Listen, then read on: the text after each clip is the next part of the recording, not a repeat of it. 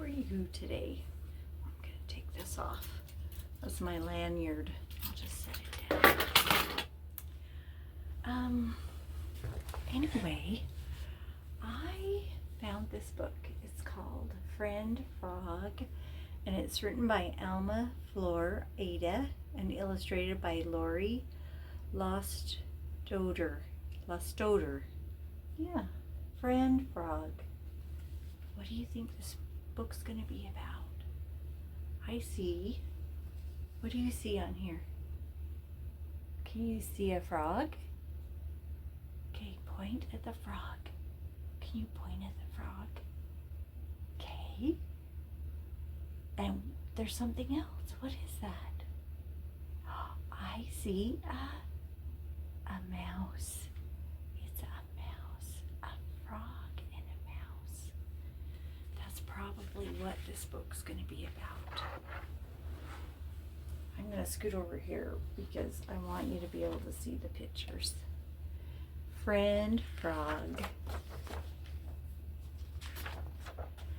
Now, in this story, there is a story about a mouse that wants a friend. Do you want a friend?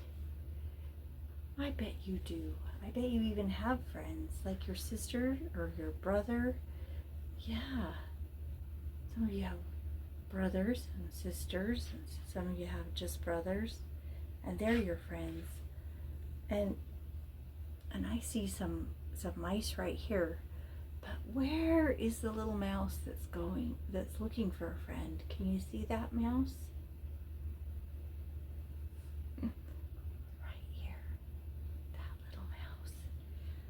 One summer morning, Phil's mouse set off to look for a friend. At the edge of the creek, he found a pebble. Phil's mouse liked its color, neither blue nor gray, but when he tried to share his secrets with the pebble had nothing to say.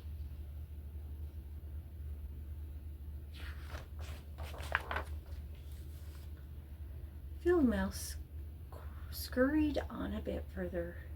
Where the creek bent around the old willow tree, he noticed some tall grass swaying in the breeze.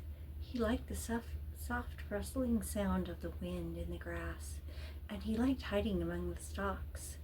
But when he tried to tell the grass a secret, the grass only repeated its rustling sound. Look at that grass. What color is the grass?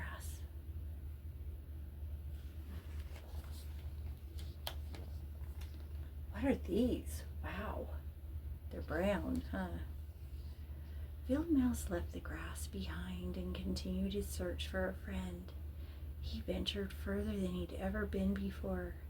When he saw some cattails, he wondered if he was nearing the pond his grandfather had described to him in his stories. Suddenly, he heard a curious sound. Ribbit, ribbit, ribbit. Field Mouse wanted to see who dared to be so loud in the stillness of the warm afternoon. Can you see where the mouse is? Yeah, there's the mouse right there. Frog was sitting on a rock by the edge of the pond, croaking away. Field Mouse looked at Frog. He'd never seen anyone like her before. What beautiful big eyes she had, and what a voice. Whoa, look at those big, beautiful eyes. I've never seen a frog that looked quite like that.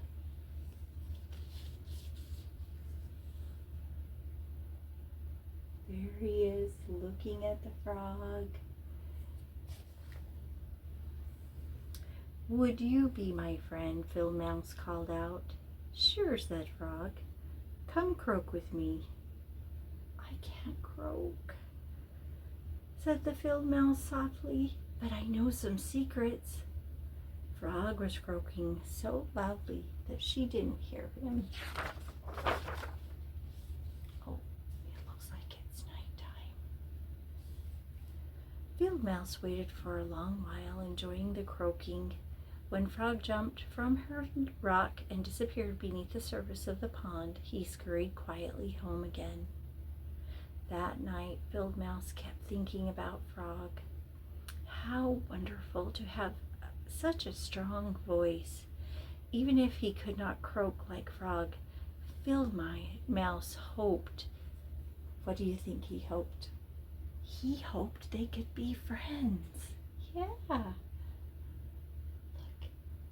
it's so dark. What do you see in that dark?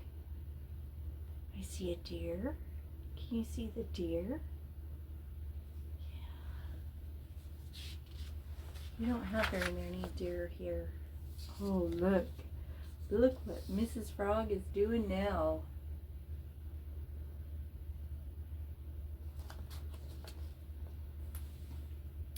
The following day, Field Mouse returned to the pond. Frog was croaking happily on her rock. "Come, jump with me," she called when she saw Field Mouse. Before Field Mouse could reply, Frog was jumping from rock to rock. Field Mouse watched her disappear. He couldn't jump so far or hop so high. He had hoped they could sit together and share secrets. But how wonderful to watch someone jump like that. Can you jump? Can you jump? Why don't you just take a minute and do 3 big jumps? Here we go. 1, 2, 3. Good job.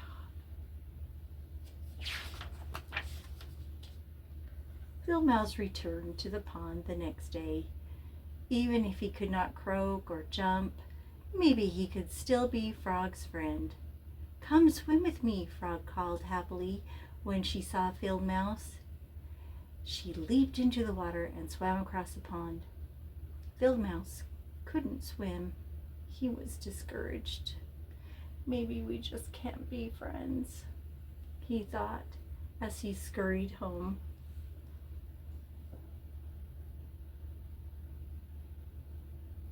Can you swim? Can you swim? Can you swim? Swimming's important, especially where I live. But the following afternoon, Field Mouse came back to the pond once more. It was hard to give up the dream of such a friend. There was Frog happily croaking on top of a rock. Field Mouse stayed hidden in the tall grasses, admiring Frog. What an extraordinary creature she was. How he wished he could croak or jump or swim so they could be friends. Extraordinary. That's a big word. Can you say that? Extraordinary. Yeah.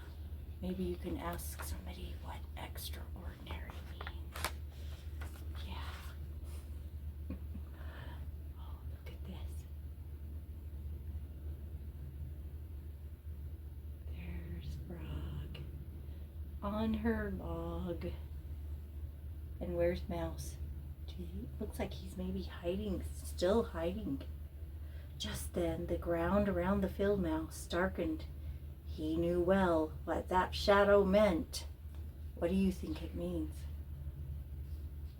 What? Maybe. Let's see.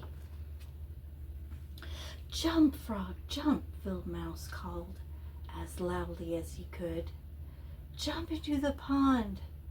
Frog did not hesitate. Look at her jumping into the pond. I wonder what it was. When the shadow passed, Frog came out of the water. "Thank you, Field Mouse," she said. "How did you know to warn me?" Field Mouse came out of the tall grass and climbed up onto the rock next to Frog. He told Frog how to watch out for Falcon. How lucky I am to have you as a friend, said Frog. My grandfather taught me about Falcon, said Phil Mouse. He taught me all the secrets I know. I'd like him to hear your croak.